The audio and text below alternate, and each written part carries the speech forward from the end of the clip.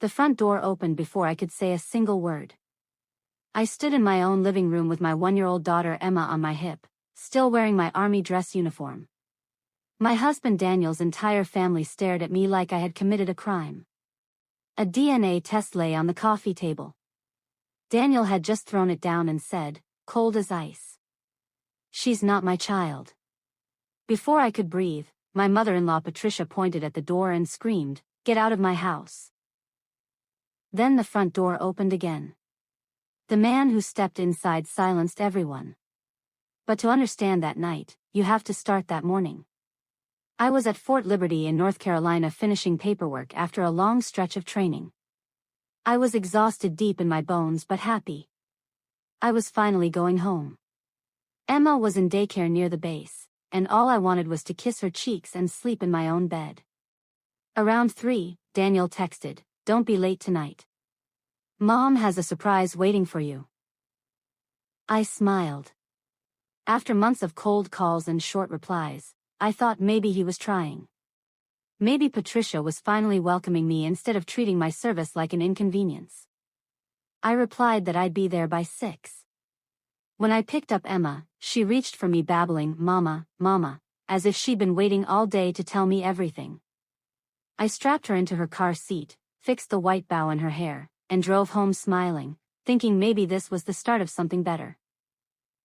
The house looked warm from the outside. Cars lined the curb. I laughed to myself. Looks like Grandma Patricia went all out. But the moment I stepped inside, the warmth vanished.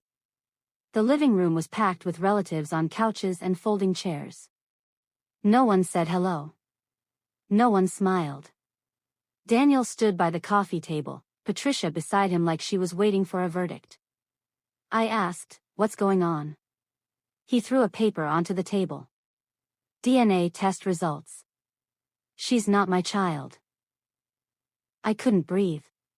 Emma grabbed my collar, confused. "What are you talking about?" I whispered.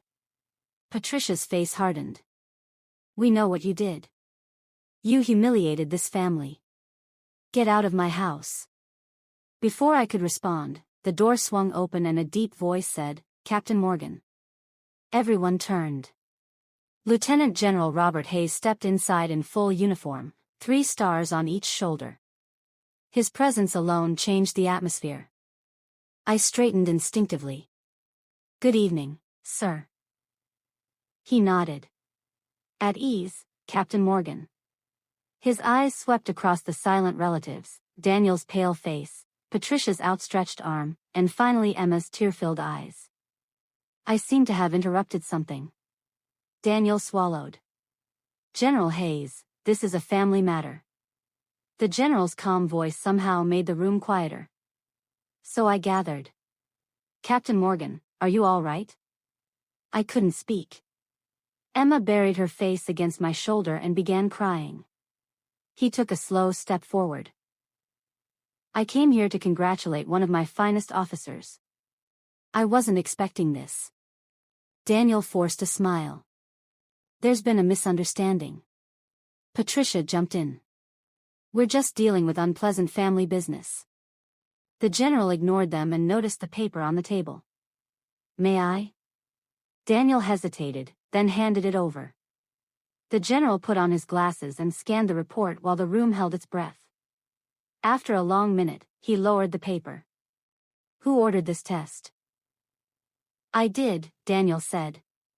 "Where was it performed?" Daniel named a lab I'd never heard of. "Was Captain Morgan present when the sample was collected?" "No." "Was there a court order?" "No." "Was the chain of custody documented?" Daniel blinked. "I don't know." General Hayes folded the report. "I've spent over 35 years making decisions based on evidence. This isn't evidence." Patricia crossed her arms. "It proves she cheated." He shook his head. "No, ma'am. It proves someone printed a report." He turned to me.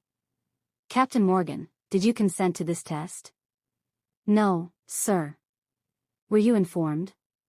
"No, sir." He nodded. "I thought not." Daniel raised his voice. So she's innocent? The general replied, I'm saying that accusing someone without verified evidence destroys families. This family needs an accredited lab, not assumptions and public humiliation. The relatives who had judged me now avoided my eyes. General Hayes stepped beside me. Captain Morgan, you and your daughter should leave. I strongly suggest no one makes another accusation until the truth is established. As I turned toward the door, I realized I wasn't walking away in shame. I was walking away with someone who believed I deserved justice. Outside, my hands shook so badly I could barely buckle Emma in. The general handed me a handkerchief and a card with 2 names, a military attorney and a family lawyer. Then he said something I'll never forget. Don't try to clear your name by arguing. People who've already decided you're guilty rarely change their minds from louder arguments. They change when confronted with undeniable facts. Those words became my compass. My closest friend Rachel took us in without questions. That night, my phone buzzed endlessly, 23 missed calls, angry voicemails, then a text that chilled me. Mom says you left too quickly to explain yourself. Left too quickly? Patricia had screamed at me to get out. Already they were twisting the story. The next morning, I went back for Emma's things while Daniel was at work. The house was quiet. Upstairs, I reached for Emma's diaper bag and accidentally bumped Daniel's closed laptop on the desk. The screen flickered to life. It hadn't been shut down, only sleeping. A message from a name I didn't recognize sat open on the screen, Vanessa. Everything went like we planned. She'll never recover from this. My heart stopped. I scrolled up, and what I read over the next few minutes changed everything. Daniel and Vanessa had planned the ambush weeks in advance. They discussed embarrassing me, making sure I left without questions, even selling the house afterward. One text read, "She'll probably just go back to the army. She won't fight me." I photographed every page. Then I found a folder labeled Taxes, showing nearly $40,000 transferred from our joint savings into a secret account, money meant for Emma's future. A car door slammed. Patricia was back. I grabbed the diaper bag, passed her in the hallway, and said, I expect the truth to speak for itself. Then I drove straight to attorney Melissa Carter's office. Melissa scrolled through my photographs, then looked up. Captain Morgan, I believe your husband didn't just try to humiliate you. He planned to defraud you. This was no longer about a fake DNA test. It was a conspiracy, and Daniel's own messages were now the strongest evidence against him. Melissa's advice was clear: don't confront him. Let him believe his plan is working. Build the case in silence. The court-ordered DNA test was conducted at an accredited lab, every sample witnessed and sealed. When we arrived, Daniel barely looked at me. He said, "You really think this will change anything?" I answered, "The truth already has." 3 days later, Melissa called. In her office, she opened the sealed envelope and smiled.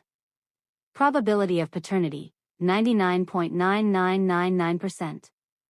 I cried. Not because I ever doubted Emma was his, but because the truth was finally written in words no one could deny. Daniel's response was a single text: the lab must have made a mistake. That's when I knew the man I married was gone. When someone refuses evidence, they're no longer searching for truth. They're protecting a lie.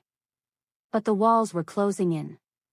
Daniel's sister Emily called, apologizing for her silence. She'd seen Daniel throw another envelope into the fireplace the night I left, something that could have proven his lie from the start. Other relatives followed with their own regrets. Then Melissa uncovered bank records showing almost $20,000 paid to Vanessa from our hidden account.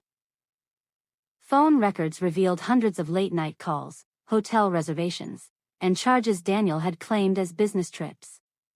The subpoenaed texts were undeniable. He'd written, "Don't worry. Once the divorce is final, everything will be ours." And, "She'll never figure out the DNA report wasn't real." He knew it was fake all along. Then Vanessa herself called me. Her voice was tired and frightened. I started suspecting something was wrong when he kept making excuses about why I couldn't meet his family. I did some digging and found out about you and Emma. When I confronted him, he admitted everything.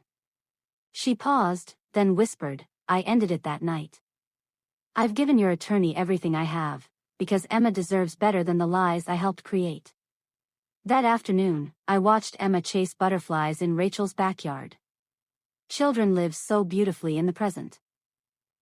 No resentment, no revenge, just joy. I realized this fight was never about proving my innocence. It was about making sure my daughter grew up knowing that truth matters, even when lies seem louder. 4 months later, I walked into the courthouse in a navy suit, not my uniform. Melissa had said, "Today, you're here as a mother." Daniel sat at the other table, thinner, his confidence gone. Patricia couldn't meet my eyes. The evidence spoke. The official DNA results, the hidden account, the money trail, the texts. Melissa didn't raise her voice, she didn't need to.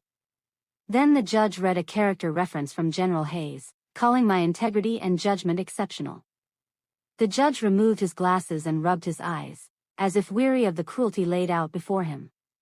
He asked Daniel one question: did you know this DNA report was not verified by an accredited lab? Daniel hesitated. I wasn't sure. That's when Melissa submitted his own message: she'll never figure out the DNA report wasn't real. The courtroom went silent. The judge said, "Mr. Morgan, this suggests you knew exactly what you were doing." The ruling was clear: I received primary custody of Emma. Daniel got supervised visits only, until he completed counseling. The hidden money was returned, and he had to pay my legal fees. Afterward, Daniel approached me outside. "Do you really think you won?" I looked at Emma asleep in her stroller. This was never about winning. It was about protecting our daughter from your choices. I turned and walked away. For the first time, I felt like a mother who had found justice. 6 months later, Patricia knocked on Rachel's door. She looked older, smaller, holding a small white gift bag. She didn't make excuses. I replay that night every day. I keep hearing myself yelling at you. I never once asked if my own son was telling the truth. I failed you. I couldn't argue, she was right. She handed me the bag. Inside was a tiny hand-knitted baby blanket, cream-colored, perfectly preserved. My mother made it when Daniel was born. I think Emma should have it. For the first time, she called Emma her granddaughter. I'd like the chance to know her. I remembered everything. But I also knew I wouldn't teach Emma to carry hatred. I said, we'll start with short visits. One step at a time. Patricia wept. That's more kindness than I deserve. Forgiveness, I understood then, isn't forgetting. It's choosing not to let pain become your child's inheritance. That choice felt stronger than any revenge. 1 year later, my life looked nothing like that night. Emma was 2.5, filling the house with laughter. I was promoted to major. General Hayes pinned my new rank himself. Daniel completed counseling and slowly rebuilt a careful relationship with Emma. Patricia earned trust one visit at a time. I once found her on the floor with Emma, wrapping a doll in that little blanket. My daughter looked up and said, "Grandma made baby cozy." Not every wound heals completely. Scars remain. But scars don't just mean weakness, they remind us what we've survived. The greatest victory wasn't proving the DNA test was fake, or winning in court, or hearing apologies. It was refusing to become bitter, because bitterness would have stolen the one thing the lies never could, my peace. The truth didn't save me overnight. It saved me one honest decision at a time. If this story reminded you of something, the danger of rushing to judgment, the power of choosing integrity when no one would blame you for breaking, carry it with you. Protect the people you love. Let truth be patient. And never let anger become the legacy you leave behind.